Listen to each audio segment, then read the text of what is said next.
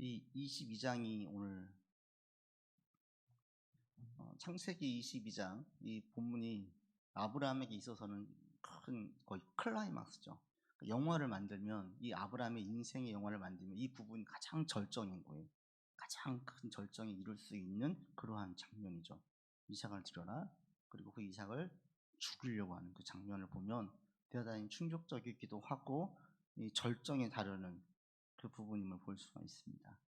이 아브라함의 순종을 보면서 가끔 성경 공부를 하다 보면 그렇게 걱정하시는 분들이 있습니다. 하나님께서 나에게도 이런 요구를 하시면 어떡하지요? 이렇게 나를 하나님께서 이렇게 희생하게 또는 헌신하게 만들면 어떡하지요? 가장 살아가는데 자녀를 내어놓으라고 하면 내가 어떡하지요? 두려워하는 분들이 있더라고요. 하나님은 아무에게나 그렇게 하지 않으시죠. 이걸 모든 사람이 그렇게 하지 아니하시고요. 아브라함에게는 조금 이 예표적인 것이라고 볼 수 있어요. 그래서 모든 사람에게 이렇게 하는 것이 아니다. 우리가 이렇게 먼저 보시고 내용을 보면 좋을 것 같은데, 이 아브라함의 닉네임이 믿음의 조상이잖아요. 정말 왜 아브라함을 믿음의 조상이라고 하는지가 오늘 본문에 그대로 담겨져 있어요. 자, 문제를 풀면서 한번 아브라함이 어떻게 믿음의 조상인지 한번 봅시다. 1번 가시지요. 하나님께서 아브라함을 시험하신 때는 언제이며, 하나님의 명령이 아브라함에게 얼마나 힘들고 어려운지를 짐작할 수 있는 단어들을 찾아보십시오. 먼저 그 일 후에 이렇게 되어져 있어요. 어떤 일이에요? 그 일 후에. 그 일이라는 것은 하나님께서 아브라함을 시험하실 때가 아들 이삭을 통해서 영원토록 지켜주시겠다. 이 21장에 이삭을 낳았잖아요. 이삭을 낳고 하나님을 찬양하고 이렇게 살고 있는 후회를 말하고 있어요. 그러니까 은혜 가운데 지금 지내고 있죠. 하나님께서 이삭을 통해서 영원히 지켜주겠다고 약속을 하시고, 그래서 그 약속을 성취될 것을 한껏 기대하면서 막 찬양하고 있었어요. 그리고 21장 마지막 부분에 보시면 여호와 이름을 높이죠. 보엘세바에서 에셀나무를 심고 여호와를 불렀더라. 21장 33절에 나와져 있죠. 이삭을 낳았어요. 또 집안에 형통하게 되었어요. 아비멜렉과의 언약을 통해서 그 지역에서 드디어 이제 완전히 땅도 차지하고 아브라함의 외적인 위협도 다 제거되었어요. 그래서 모든 평화가 왔어요. 드디어 하나님의 큰 복이 완전히 임한 거예요. 창세기 12장에 말씀하신 그 복이 말씀하신 것들이 다 성취됐어요. 자녀도 드디어 얻었습니다. 땅도 차지했습니다. 주변에 평화가 왔습니다. 이제는 뭐예요? 그냥 가기만 하면 돼요. 그 일 후가 바로 이거예요. 여러분이 무엇인가 막 기도했어요. 하나님 들어주십시오. 응답을 바라면서 막 기도했었어요. 응답이 다 된 이후에 예배를 드릴 때마다 감사할 것밖에 없는 거예요. 올 때마다 자녀를 생각할 때, 집안을 생각을 할 때, 내 개인적인 걸 생각할 때, 막 감사가 넘칠 때, 감사가 넘쳐서 하나님을 찬양한 이후에 이렇게 되는 거예요. 그때 하나님께서 이 청천벽력 같은 요구를 하시는 거죠. 그럴 때 하나님께서 왜 이런 요구를 하셨습니까? 1절에 보시면 아브라함을 어떻게 하시려고? 시험하시려고. 시험에는 크게 성경에 나와 있는 시험에는요, 세 가지의 시험이 있어요. 좀 이렇게 적어보시면 좋을 것 같아요. 하나, 시험은 하나님께서 주신 시험. 이 창세기 22장에 있는 이 하나님의 시험은 우리를 살리는 시험이겠습니까? 죽이는 시험이겠습니까? 당연히 더 살리고 강하게 만들려는 시험이죠. 학교에서의 시험도 마찬가지죠. 나의 실력이 얼마 되느냐 알아서 또 공부하라고 요구한 시험이잖아요. 하나님의 시험도 마찬가지예요. 이 하나님의 시험은 사실은 아브라함에게 향하신 시험보다는 우리에게 알려주시기 위한 시험이에요. 우리로 하여금 어떤 하나님인지를 알려주려고. 근데 또 하나의 시험이 있어요. 이것은 사탄이 준 시험이에요. 그 시험을 성경에서는 영어로 쓸 때는 템테이션이에요. 여기서 본문에 나와 있는 시험은 테스트예요. 테스트. 우리 주기도문에 나와 있는 시험에 들게 하지 마옵시고, 그 시험이 사탄을 주는 시험이에요. 거기서 영어로 보면 템테이션이라고 나와 있어요. 근데 그 시험은 뭐냐면 우리를 유혹하는 것, 미혹하는 것. 사탄이 우리에게 주는 시험은 어떤 시험이에요? 떨어뜨리고, 믿음 떨어지게 만들고, 낙심하게 만들고, 하나님 따라가지 말게 만들고, 죄짓게 만들고, 이런 시험이에요. 이런 시험이 또 있어요. 또 하나의 시험이 있어요. 그게 뭐냐면 트라이얼, 시련이에요. 시련, 삶의 시련. 성경에 보면은 그것도 시험이라고 그래요. 시험 당할 즈음에 피할 길을 주시고 거기에서의 시험도 미혹이에요. 근데 시험이 오나 그 잘 견디라고 얘기할 때 그 시험은 영어로 보면 트라이얼, 시련이에요. 그 성경에서는 이렇게 막 우리말로 하면 이게 좀 혼재되어 있습니다. 그러니까 그 시험을 어떻게 내가 이해할 것인지가 달라요. 프롬 가시면 하나님께로부터 오는 시험이면 우리가 잘 달게 받으면서 이겨내야 되는 거고, 프롬 세이튼이면 사탄으로부터 오는 시험이면 그건 피해야 되는 거예요. 그냥 무조건 막 맞닥뜨리면 안 되죠. 좋은 예가 요셉이 그 보디발 장군의 아내가 자꾸 유혹하잖아요. 나중에 심지어 뭐 노골적으로 요셉이 옷을 확 잡잖아요. 못 가게. 요셉이 어떻게 합니까? 겉옷을 벗어버리고 도망가죠. 피하죠. 이게 사탄이 주는 시험이에요. 그럴 때는 피하는 게 제일 좋은 거예요. 그 다음에 시련, 삶의 시련이 올 때에는 이걸 우리가 어떻게 대응하느냐, 해석하고 대응하느냐에 따라서 이게 완전히 달라집니다. 세상에서 오는 시련은 우리가 이 육신을 입고 있는 한 이 시련은 올 수밖에 없어요. 여러분, 죽기 전까지는 이 시련이 계속됩니다. 내가 아무리 잘 살려고 해도 세상이 나를 가만두지 않아요. 그냥 육신의 몸을 입고 있음으로 인해서 생겨지는 시련이 우리 가운데 다반사죠. 몸이 약할 때 병 들었어요. 시련이죠. 먹고 살아야 돼요. 먹는 거 없으면 얼마나 편하겠어요. 안 먹고 살 수 있다고 하면 돈 벌지 않아도 되고 괜찮거든요. 근데 먹어야 되는 거예요. 그러니까 돈을 벌어야 되고 돈이 있어야 되는 거예요. 거기서 오는 이 노동에서 오는 시련들이 있어요. 살면서 오는 시련들이 다 있는데 우리 그리스도인들에게는 이 시련도 다 합력하여서 선을 이루게 만든다라는 믿음이 우리의 저변에 깔려 있다 보니 모든 시련을 대할 때 대단히 좀 긍정적으로 반응을 할 수 있는 거예요. 이것이 내게 유익이 되게 할 거야. 이것도 내게 약이 되게 하실 거야. 이렇게 나갈 수 있는 거죠. 그래서 여러분들이 시련을 대할 때에 이렇게 세 가지가 있다. 제일 조심할 게 사탄으로부터 오는 시험. 우리를 막 미혹하게 만들고, 사탄의 시험은 분명하죠. 교만하게 만들고 우월하게 만들고 점점 말씀이 안 들어와요. 남을 정죄하고 판단하고 쉽게 말하고 대단히 경고망동하고 대단히 무례하고, 저도 지난 주일에 한번 그런 일을 겪었는데 대단히 무례한 일을 겪었어요. 막 무례하고 이런 경우들이 있어요. 아주 잘못된 것이죠. 근데 이런 경우들은 대부분 많은 경우가 사탄이 주는 거예요. 그렇게 올 때에는 피하는 게 상책이에요. 하나님께서 아브라함을 시험하시려고 불렀어요. 그러니까 아브라함이 내가 여기 있나이다 그러죠. 하나님께서 요구하시는 게 2절에 보시면 뭐라고 합니까? 첫 번째, 얼마나 힘들고 어려운지, 아브라함에게 어떤 존재인지 이삭이 하나님도 너무 잘 알고 계세요. 2절에 보세요. 뭐라고 하세요? 첫 번째, 아들. 그렇게 원했던 게 아들이거든요.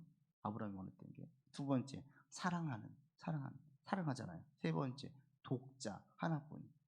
그 이삭을 내어놓으래요. 번제로 드리라, 죽이란 얘기죠. 그러니까 아브라함에게 이삭이 어떤 의미인지 하나님도 너무 잘 알고 계세요. 그리고 지금까지 아브라함은 그 일 직전까지 그 일 후잖아요. 어떤 일이었어요? 하나님께 칭찬받아 마땅한 행동들을 하고 있고 하나님께서 막 상 주셔서 결실들 다 거둔 후에요. 누가 봐도 믿음 좋은 분인 거예요. 누가 봐도 축복을 정말 많이 받은 분이에요. 그런데 갑자기 그 일 후에 이런 걸 요구하시는 거예요.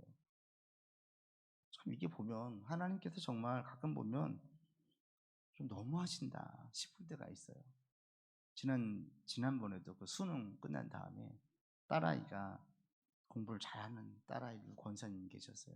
저하고 아주 친해서 종종 통화하는데 이 딸아이가 너무 잘해서 학원에서 재수했거든요. 학원에서도 뭐 스카이 대학은 충분히 간다 이렇게 했었어요. 근데 얘가 첫 번째 언어 시험에서 너무 못 본 거예요. 그래가지고 그 영향을 받아가지고 작년 고3 때부터 시험을 더 못 봤어요. 그러니까 이분이 이제 끙끙 앓는 거야. 속상해가지고. 자기 생각이 삼수했으면 좋겠는데 딸아이는 생각이 없어요. 한번 엉 울고 얘는 그냥 성격이 쿨해가지고 잊어버렸어요. 이 엄마도 좀 힘든 거죠. 며칠 뒤에 전화하니까 아휴, 한 이틀은 정말 힘들었어요. 그런 사는 말이. 근데 우리 하나님은 보면 절대로 제가 원하는 대로 다 주시지 않더라고요. 꼭 이렇게 예상한 것보다도 내 예상과 다르게 주실 때가 너무나 많다라는 거예요. 그래서 되게 또 이제 그렇게 이제 신앙인들이 한 이틀 딱 울고 속상하지만 그렇게 속상해 하고 털어버렸어요. 털고 딱 일어나는 거예요. 그래서 그 다음에 이제 이 아이가 어떻게 할 것인지 같이 얘기를 하면서 그래 진짜 이게 신앙이다. 내가 막 여기에 내 에너지를 쏟고 관심과 노력을 다 기울였어요. 내가 원하는 결과가 나오지 않으면 어때요? 우리는 속상하잖아요. 정상이에요. 속상해요. 아 괜찮아요. 어떻게 괜찮아요? 내가 그렇게 많은 노력을 들였는데 속상하죠. 그런데 믿음의 사람은 그 속상함이 절망이나 하나님에 대한 원망으로 가지 않아요. 그럴 수도 있죠. 하나님 너무하십니다. 그런데 이해해요 금방. 그래 하나님께서 요만큼만 주신 이유는 다 있어. 이유가 다 있어. 오히려 받아들여요. 수용의 단계가 와요. 그리고 계속 믿음의 길을 걸어가요. 제가 잘 아는 안수 집사님도 그런 얘기 똑같이 하셨어요. 우리 하나님은요 절대로 제가 원하는 것 그대로 다 주시지 않더라고요. 그래요. 하나님은 때로는 조금 힘들게 주세요. 조금 서운하게 주신 경우가 많아요. 이래요. 근데 그분 경우에 그런 고백을 드릴 때 그게 다 자기한테 약이 되게 하시는 거 지나고 나니까 알겠더라는 거예요. 그래서 하나님께서 풍성하게 주시든 좀 약하게 주시든 전혀 문제가 안 돼요. 근데 가끔 우리가 예상했던 것보다는 다른 방향으로 주시는 경우가 대단히 많아요. 내가 생각할 때 내 그림의 시나리오는 이렇게 가야지 맞는데 이상과 이런 예상과 다른 거를 딱 제안하실 때가 있어요. 이 아브라함처럼 이제 뭐 하면 돼요? 이상만 잘 키우면 되거든요. 신앙적으로 잘 키워서 하나님께서 주신 것들이 그대로 계승시키기만 하면 돼요. 그런데 갑자기 죽이다니요. 얼마나 아브라함에게는 힘든 얘기겠어요. 여러분 2번 보십시오. 여러분이 만약에 아브라함이었다면 이런 명령을 들을 때 어떻게 하시겠어요? 어떤 생각과 감정을 가지고 계시겠어요? 아브라함은 아브라함에게 이삭은 유일한 즐거움이에요. 즐거움. 이제 다른 즐거움 없어요. 뭐 재산도 있고 뭐 모든 것들이 다 안정되어지고 유일한 낙이 뭐겠어요? 조그마한 아이 이삭이 컸어요. 지금 이제 10대가 됐거든요. 10대의 소년이 장성하고 결혼해서 애 낳고 이거 보는 거 기쁨이 아니겠어요?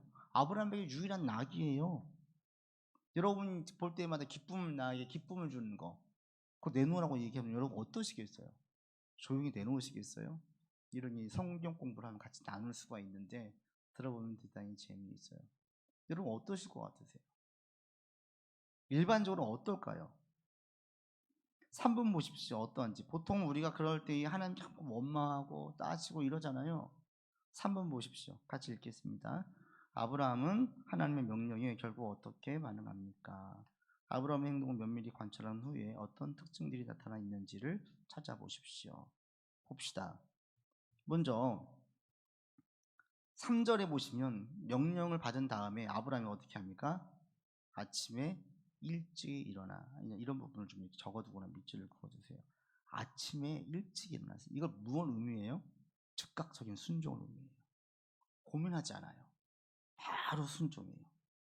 바로 순종해서 나아가는 걸 볼 수 있어요. 그 다음에 4절에 보십시오. 제 3일에 이삭을 드리려고 할 때 며칠 걸렸어요? 3일 걸린 거예요. 우리가 뭔가 결단하고 그냥 그때 바로 하긴 쉬워요. 결단하면. 근데 사흘이라는 시간을 주어지면 이건 어려워요. 그렇지 않겠어요? 작심 3일이라는 말이 있잖아요. 이게 그냥 나온 말이 아니죠. 3일 동안 계속 그 마음을 가진다는 것이 쉽지가 않아요. 처음 그 초심을 잃지 않고 쭉 간다는 것은 대단한 힘이, 이것도 능력인 것 같아요. 꾸준하게 유지한다는 것. 근데 이삭을 죽이래요. 아브라함이 아침에 일찍 바로 다음날 지체하지 않고, 왜 흔들릴 수도 있으니까 막 만 가지 생각이 들 수가 있으니까 그냥 다음날 바로 순종하고 실행에 옮겼어요. 그러면은 그날 바로 그냥 죽이게 해버리면 편하잖아요. 그런데 하나님께서 말씀하신 산은 사흘길이에요. 사흘길. 사흘 동안 아들 이삭하고 둘이만 걸어가는 거예요. 아들에 대한 마음이 어떻겠어요? 더 크겠습니까? 작겠습니까? 더 귀하게 다가오겠습니까? 아니면 좀 있을수록 덜 귀하게 다가오겠습니까? 너무 귀한 거 아니겠어요? 사흘을 가게 만들어요. 이게 하나님께서 일부러 그러시는 거예요. 이때의 아브라함의 상태가 어떻겠어요? 심적으로. 그리고 더 나아가서 또 하나 묻죠. 이 아들 이삭이 물어요. 아버지에게. 종들도 묻습니다. 5절 보십시오. 종들에게 이르되 너희는 나귀와 함께 여기서 기다리라. 내가 아이와 함께 저기 가서 예배하고 오겠다. 아이를 데리고 가요. 그리고 또 하나 3절도 보시면 이삭이 갈 때에 하나님께서 주신 걸 가지고 나가죠. 근데 이삭이 아버지에게 묻죠. 7절에 7절 보십시오. 불과 나무는 있는데 번제할 어린 양은 어디 있습니까? 물어요. 그러니까 이런 말들은 아브라함의 가슴을 후벼 파는 말이잖아요. 너 죽일 거 이런 말을 어떻게 해요? 말을 못 하는 거예요. 후벼 파는 말이죠. 얼마나 힘들겠어요. 이런 말을 듣고 아브라함이 나가는 것을 볼 수 있습니다.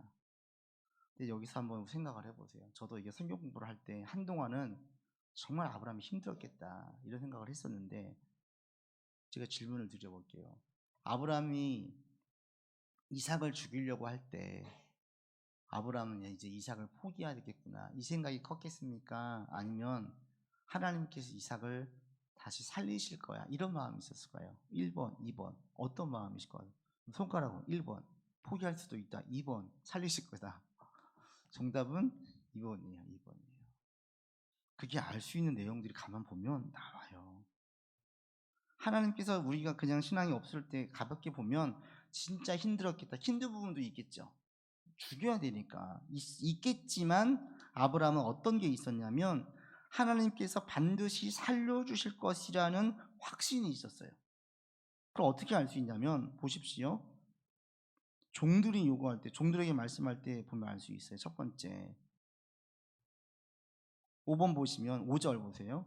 종들에게 이르되 너 여기 있어라. 내가 아이하고만 가겠다. 그런데 가서 예배하고 내가 돌아올게 할 때 보세요. 내가 돌아온다고 얘기합니까? 뭐라고 그래요? 우리가 돌아오겠다 그래요. 아브라함이 자기 혼자 오는 게 아니라 내가 이삭이랑 같이 오겠다 그래요. 만약 이삭을 포기해야 된다는 마음이 크면 어떻게 해야 돼요?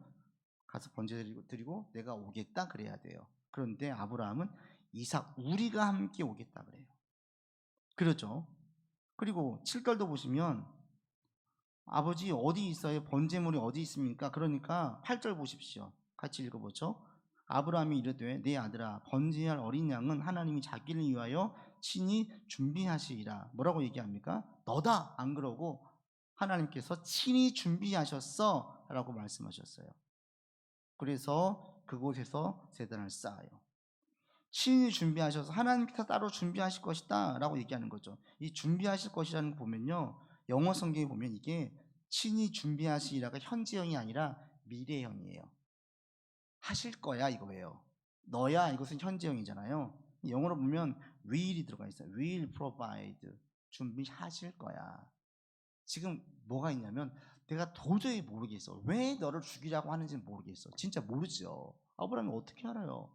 모르겠는데 이건 뭔가 뜻이 있어. 뜻이 있죠. 이렇게 죽이게 할 수는 없죠. 분명하게 뜻이 있어요. 왜냐하면 아브라함에게 큰 민족을 이룬다고 하셨잖아요. 그리고 이삭을 통해서 이루게 하셨잖아요. 근데 지금 이삭을 죽이면 이제 진짜 자기가 애를 낳기는 너무 어려워요. 그런데 이런 요구를 하셨어요. 이건 뭐예요? 내가 모르는 무슨 뜻이 있다라는 거예요. 그래서 아브라함이 여기에 순종할 수 있었던 겁니다. 그래서 여기 보시면요, 아브라함이 하나님께 따지지 않아요. 하나님 어떻게 이삭을 내놓아요? 토를 달지 않아요. 줬다 빼는 게 어디 있어요? 저의 유일한 낙인데요. 하나님께서 이 아이를 통해서 큰 민족을 이루신다면서요. 막 이런 기도가 없어요. 이 앞에 보시면 하나님께서 아브라함과 대화할 때 아브라함이 먼저 얘기를 해요. 하나님, 전 자녀가 없습니다. 저는 이 엘리닛을 통해 가지고 대후손을 있게 하겠습니다. 먼저 얘기해요. 자녀에 대한 걸 먼저 토를 달고, 심지어는 아들 주겠다고 할 때 됐습니다. 이 이스마엘이나 잘 키우기 원합니다. 이렇게 나갔던 아브라함이에요. 그런데 오늘 본문에서는 아브라함이 하나님께 따지거나 반문하거나 무엇인가를 질문하는 게 하나도 없어요. 이게 뭐예요? 이게 아브라함이지. 침묵하고 그대로 그냥 순종하는 거예요. 이 22장이 아브라함의 믿음이 얼마나 좋아졌는지, 얼마나 성장했는지를 알 수 있어요. 그래서 미래형을 써서 하나님께서 준비하실 거야, 다른 뜻이 있음을 얘기해요. 이런 것들을 보면 아브라함이 지금 이삭을 바치긴 하지만 무엇인가 확신이 있구나. 그리고 이 행동을 보면 죽이려고 할 때에도요, 연기가 아닌 걸 알 수 있어요. 어떻게 합니까?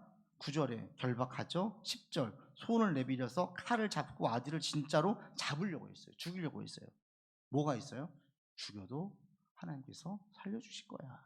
이런 믿음이 있는 거예요. 어떻게 여기까지 왔어요? 아브라함의 인생, 우리가 창세기 쭉 아브라함에 대한 것들을 우리 매장마다 할 때를 돌이켜 보면은 아브라함이 이렇게 할 수 있는 것들 이해할 수 있어요. 그죠? 여기 이삭을 얻기까지, 아니 지금 자기가 누리고 있는 모든 것들을 보면 이 모든 것들은 다 기적이에요. 기적. 아브라함에게는 기적이에요. 2번 뺏겼던 아내를 찾아오는 거, 재산이 막 불려지는 거, 심지어 이 아들 이삭을 낳는 거, 다 기적이에요. 아브라함에겐. 죽였다 살리는 거 하나님이 하실 수 있겠죠. 이 믿음이 아브라함에게는 확고했어요. 그리고 죽여서 못 살리면 또 다른 쫙 주시겠지. 자기가 생각할 때는 확신을 가졌어요. 그래서 주저앉지 않는 거예요. 아브라함의 믿음이 여기까지가 있어서 아브라함은 이삭을 죽일 수 있었어요. 분명한 것, 아브라함, 이때의 아브라함은요, 여호와의 말씀을 단단히 붙들고 있었어요. 창세기 12장에 있는 말씀이 그대로 성취되는 것들을 아브라함이 보아왔거든요. 계속 하나씩 하나씩. 그럴 때 나로 큰 민족을 이루게 하신대요. 그럼 되는 거예요. 이삭 안 죽일 거예요. 이 확신이 그냥 주저하지 않고 들게 만들었어요. 그래서 아브라함을 믿음의 조상이라고 해요. 4번 보십시오. 결정적인 순간, 어떤 순간이에요? 죽이려고 하는 순간. 하나님은 개입하셔요. 어떻게 개입하십니까? 그리고 하신 말씀이 무엇입니까? 11절에 보시면 같이 읽겠습니다. 여호와의 사자가 하늘에서부터 그를 불러 이르시되 아브라함아 아브라함아 하시는지라. 아브라함이 이르되 내가 여기 있나이다. 12절 보겠습니다. 사자가 이르시되 그 아이에게 너의 손을 대지 말라. 그에게 아무 일도 하지 말라. 네가 네 아들 네 독자까지도 내게 아끼지 아니하였으니 내가 이제야 너가 하나님을 경외하는 줄을 아노라 하고 말씀하셨어요. 그전에는 침묵하셨어요. 그죠? 친절하지도 않아요. 하나님께서 설명도 안 해주세요. 내가 너 이삭을 죽이라고 하는 이유는 다 있다. 안 해요. 그냥 한마디 뚝 던지시고 침묵하시는 거예요. 그리고 사흘길을 걸어갈 때도 그냥 보고 계세요.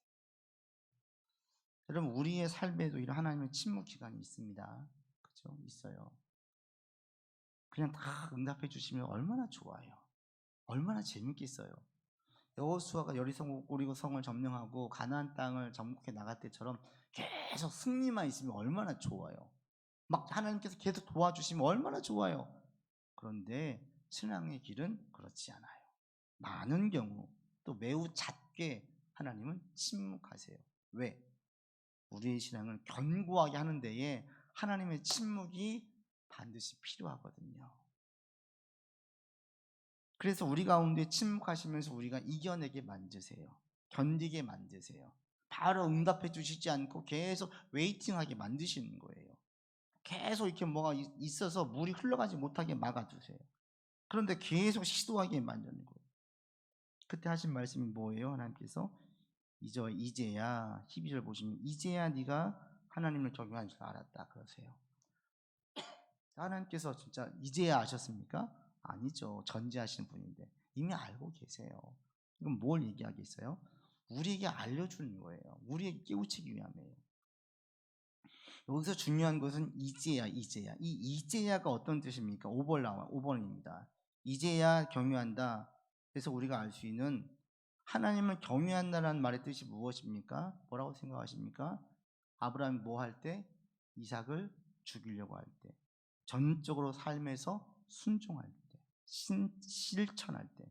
하나님을 경유한다는 건 뭐냐면 순종하는 걸 말해요. 삶에서의 순종, 삶에서의 실천을 말해요. 그냥 하나님 제가 높입니다, 찬양하는 시간으로 경외한다는 게 아니라 하나님께서 인정하시는 경외는 뭐냐면 내 삶에서 요구하실 때 그 요구에 순종하는 것, 실천하는 것, 그때에서야 비로소 하나님께서 네가 진짜 나를 경외하고 있구나라고 말씀하신다는 거예요. 우리가 기도하고 예배 드리고 여기 앉아 있잖아요. 찬양하고 기도하면 말씀 듣고 기도하고 나아가잖아요. 이것도 경외죠. 그런데 하나님이 인정하신 경외는 뭡니까? 예배 이후에 내가 집에서 또 외부 사람들 만날 때에 거기에서 말씀을 실천할 때 그때 말씀하세요. 네가 진짜 나를 경외하고 있구나. 이렇게 말씀하시더라는 거예요. 그래서 우리가 본문을 볼 때에 앞서 말씀드린 것처럼 이것은 보편적인 사건도 아니고 이후로 아들 내어놓으라고 얘기하는 인물도 없어요. 전부 유일해요. 아브라함이 유일해요. 그러니까 이건 우리에게 요구하지 않으세요. 이것은 이런 일이 있으면 무엇을 지금 가르치려고 하나, 하나님께서 어떤 분이시나, 우리에게 무엇을 깨우치려고 이렇게 요구하시나, 이런 관점으로 성경을 보셔야 돼요. 그럴 때 어떻습니까? 새로운 경외가 진짜 무엇인지를 우리에게 알려주시는 거예요. 경외라는 것은 그냥 앉아가지고 예배만 드리는 게 경외가 아니구나. 내 삶에서 어떻게든지 실천하는 게 경외구나. 이렇게 이해하시면 좋겠습니다. 6번 보겠습니다. 아브라함은 가장 아끼고 사랑하는 아들 이삭을 하나님께 어떻게 내어놓을 수 있었을까요? 어떻게 아들을 내어놓을 수 있었을까요? 하나님께 전적으로 내어놓는 믿음, 말씀에 대한 전적인 순종과 신뢰는 어떻게 형성되었다고 생각하십니까? 어떻게 형성되었어요? 창세기 12장부터 시작되는 거예요. 너의 본토 친척 아비 집을 떠나 내가 내게 지시할 땅으로 가라. 다 정리하고 이사 갔어요. 당시에 이사 갔다. 이것은 모든 안전막, 보호막을 다 걷어내고 위험의 길로 가는 거예요. 당시 여행은 죽음을, 생명의 위험을 느낄 수도 있는 여행이었어요. 지금 세계 여행이 안전하지만 그 당시는 그렇지 않았어요. 오직 말씀 따라서 순종과 실천을 시작할 때부터 아브라함에게는 이미 훈련이 시작된 거예요. 그렇죠? 그런데 그 훈련이 항상 성공했습니까? 아니었어요. 사람이 두려워서 아내를 누이로 속이기도 했습니다. 그렇죠? 처음 갔더니 그 땅에 기근이 들어서 그 땅을 버리고 애굽으로 자기가 갔어요. 순종하지 않았어요. 처음에는 말씀에 훈련해서 순종해서 시작을 했지만 그 과정 가운데에서 실패도 있었고 성공도 있었어요. 이게 반복이 된 거예요. 그러니까 신앙이 쭉 올라갑니까? 안 그래요. 이렇게 가다가 주춤하다가 올라가다가 떨어지다. 그런데 어떻게 해요? 길게 볼 땐 계속 신앙이 올라가는 거예요. 아브라함이 지금 그런 상태예요. 아브라함이 잘한 거 한 가지는 뭐냐면 절대로 하나님을 버리지 않았다는 거. 그리고 하나님께 대한 순종도 결코 버리지 않았다는 것. 즉 뭐냐면 아브라함이 순종을 그만뒀다는 건 뭐냐? 자기 본토 친척집으로 다시 가는 거예요. 안 되겠다. 본토 친척집, 고향을 정리하고 족장시대에, 그 당시 족장시대에서 자기 지역과 함께 있는 그 시족사회의 사람들 버리고 말씀하신 곳으로 왔는데 위험해요. 안 되겠다. 다시 돌아가는 게 순종을 중단하는 거예요. 그런데 절대 안 돌아가요. 그리고 여기에서 지지고 볶고하는 거예요. 이게 자체가 순종이에요. 신앙이 좋아지든 안 좋아지든 실패를 하든 잘못된 해석을 해가지고 엉뚱하게 순종하든 다 괜찮았어요. 결국 그 모든 것들이 섞여가지고 실패와 성공이 반복되어지면서 아브라함의 신앙이 성장했어요. 그리고 오늘 본문에 보니까 전적인 순종, 전적인 신뢰할 수 있는 데까지 아브라함이 이르렀어요. 우리의 신앙이 이렇게 갔으면 좋겠습니다. 여러분 신앙이 계속 성장하길 바랍니다. 그래서 전혀 내가 정말 해석이 안 되는 상황이 올 때에도 우리에게 그런 고백이 똑같이 이미 있을 수도 있죠. 우리 지난번에 앞서 말씀드린 그 권사님이나 안수 집사님처럼 이미 있을 수 있어요. 하나님께서는 이렇게 하실 줄 알았어요. 되려 내가 원하는 만큼의 결과가 안 나올 때 이럴 줄 알았어. 이럴 수도 있어요. 근데 중요한 건 뭐예요? 절대 하나님 안 떠라는 거예요. 그럴 때 어떤 역사가 일어나느냐, 이렇게 신앙이 성장하고 계속 새로운 하나님을 만납니다. 7번 보십시오. 같이 읽죠. 하나님의 말씀에 온전히 순종하여 아들을 드리려다가 아브라함이 만난 하나님은 어떤 분입니까? 14절 뭐라고 이야기합니까? 그 땅 이름을 여호와 이레라 했어요. 여호와의 산에서 준비하신 하나님. 아브라함이 그랬죠. Will provide.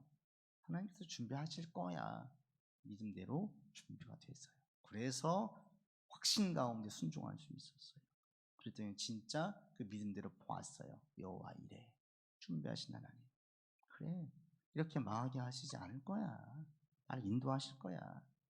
아버지께서 합력하여 설 이루게 하실 거야. 역사를 보게 하실 거야. 이 믿음대로 계속 나가면 진짜 보게 하시는 거예요. 여러분도 이런 확신이 있길 바랍니다. 하나님은 우리가 믿음으로 순종과 나아갈 때에 다 준비해 주세요. 믿으시기 바랍니다. 준비시켜 놓으셔요. 그리고 훌륭히 되게 하세요. 8번, 온전히 순종한 아브라함이 받은 복이 무엇입니까? 자손의 복을 받습니다. 하나님께서 자손을 복 주셔서 진짜 12장에 말씀하신 그대로가 성취되게 하십니다.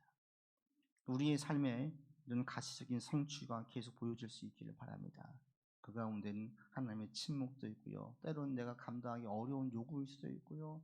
순종을 명령하실 때도 있어요. 그럴 때 절대 포기하지 마시고 중단하지 마시고 계속 말씀을 삶에서 실천하시고 시도하시기 바랍니다.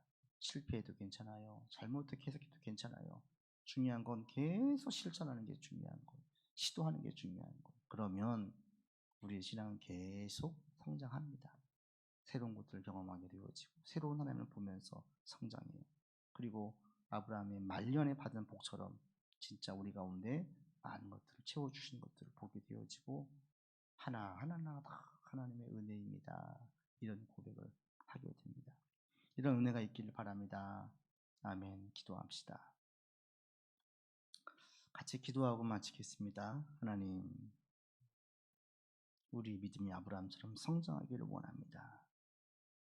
오늘 본문에 나타난 하나님, 때로는 지나친 요구를 하십니다. 침묵하십니다. 그렇지만 순종하고 나아갈 때에 다 준비해 주셨습니다. 아버지, 우리도 아브라함처럼 순종하는 자 되기 원합니다. 잠시 이렇게 기도드리고 예배를 마치겠습니다. 아버지 하나님, 우리가 순종하는 믿음, 아버지 하나님, 순종하기를 원합니다. 아버지 하나님,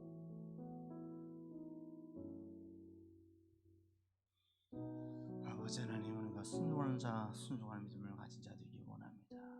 하나님, 이 믿음을 우리가 온전하게 주시옵소서. 하나님,